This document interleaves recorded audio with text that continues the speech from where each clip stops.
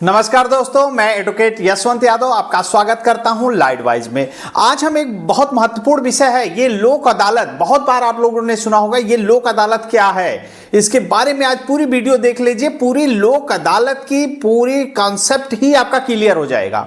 आप वीडियो देखने का मतलब ये होता है कि पूरी चीज आपको स्टेप बाय स्टेप समझा देना और आपकी भाषा में, ताकि आपको समझ में आए। नहीं तो अगर मैं समझाऊं और आपको समझ में नहीं आता तो उसका मतलब हमारी मेहनत करने का, बताने का, समझाने का उसका मतलब ही जीरो। तो मैं अपने क्लाइंट और हमारे सब्सक्राइबर को हमारी हर बातें जो मैं बताना चाहता हूं उसको पूरी अच्छी तरह से आपके दिमाग में सेट होनी चाहिए। जैसे आज हम बात करेंगे लोक अदालत।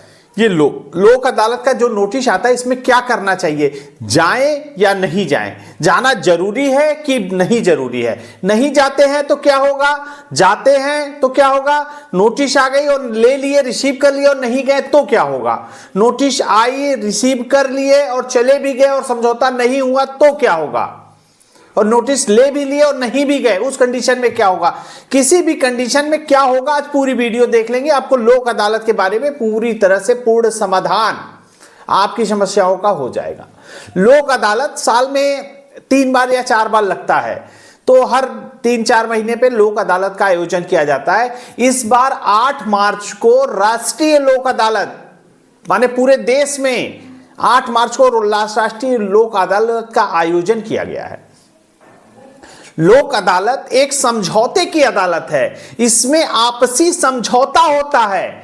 जैसे आप हैं, बैंक है, एनबीएफसी है, आप हैं, आप लोग के बीच में ऐसे केस जो समझौता योग्य हैं उसका समझौता किया जाता है। समझौता माने पैसे का लेन देन हुआ, पति पत्नी का आपस में कोई डिस्प्यूट है, कोई समझौता है, म्यूचुअल अंडरस्टैंडिंग पे नहीं साथ में रहना चाहते उसका होता है लोक अदालत में समझौता, बिजली का होता है, पानी का होता है, कोई बिल होता है उसका समझौता ये लोक अदालत में होता है।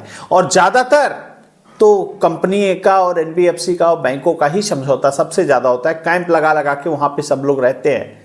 तो समझौता में होता क्या है, तो ये मैटर, लोक अदालत मतलब समझौते की अदालत, आपस में दोनों लोग की बात को समझा। जैसे होता क्या, पहले क्या होता था, जैसे गांव में एक पंचायत होती थी।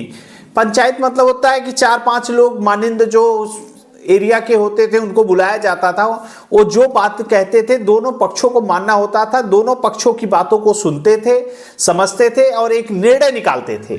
वही निर्णय दोनों लोग को मान्य होता था, ये होता था पंचायत। तो उसी पंचायत का एक रूप है लोक अदालत, समझौते की अदालत। इसमें भी आपसी समझौता होता है, दोनों पार्टियों को बुलाया जाएगा। कंपनी को आपको, आपका जैसे 1 लाख का लोन है, वो आप कहते हैं 20,000 में अब दे पाऊंगा, वो कहते हैं 40,000 में, तो 20-40 एक बने के आप दोनों के बीच में एक आपसी समझौते से एक मैटर जो डिसाइड हो जाता है, उस अमाउंट को आपको पे करके आप वहां से पूरी तरह से केस को क्लोज किया सकते हैं। समझौता होता है। अच्छा एक बात जान लीजिए, लोक अदालत में यदि आपने एक बार समझौता कर लिया तो किसी भी कोर्ट में कंपनी कभी भी चैलेंज नहीं कर सकती, वो अंतिम है और सर्वमान्य हो जाएगा। आपस में समझौता हो गया तो मान्य है और वो अंतिम है, उसके बाद आप कहीं कोर्ट में केस नहीं कर सकते। तो इसमें क्या आपको वकील करना जरूरी है? देखिए, एडवोकेट की जरूरत तो नहीं है, लेकिन कहीं आपके साथ कुछ गलत ना हो जाए, कुछ फ्रॉड ना हो जाए, कहीं गलत जगह पे सिग्नेचर ना करा ले, अमाउंट कुछ डिस्ट्रीब्यूटेड हो जाए, या फिर वो अमाउंट इतना बता रहे हैं आपसे सिग्नेचर कितने पे करवा रहे हैं रिटेन में, उसके लिए एक एडवोकेट आपके लिए बेस्ट रहेगा। अगर आप खुद कर सकते हैं तो आप कर सकते हैं, इसमें जरूरी नहीं है, कोर्ट की कोई फीस नहीं होती है, एडवोकेट की बहुत जरूरत नहीं है। लेकिन आप अपनी सुविधा के अनुसार यदि आपको लगता है कि नहीं हमारे साथ कहीं कोई गलत ना हो जाए, तो उसके लिए आपके लिए एडवोकेट एक सबसे अच्छा रहेगा, ताकि आपके समस्याओं का समाधान भी हो जाएगा और जो होगा जेन्युइन होगा।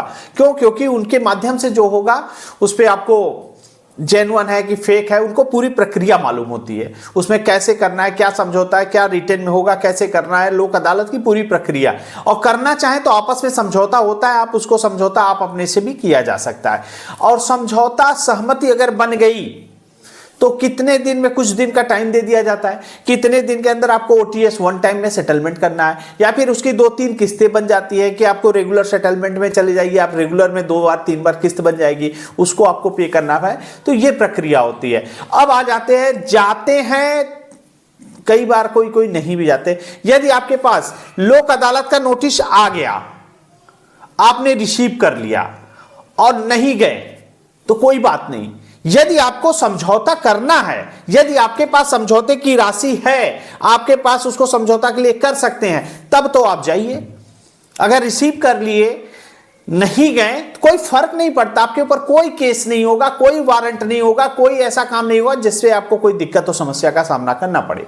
यदि आपने रिसीव कर लिया, चले भी गए, वहां चले गए और समझौता हो गया, आपस में समझौता हो गया, एक अमाउंट हो गया, उस पर फिक्स हो गया, तो आप अपना क्लोज करके वहां से खत्म कर सकते हैं।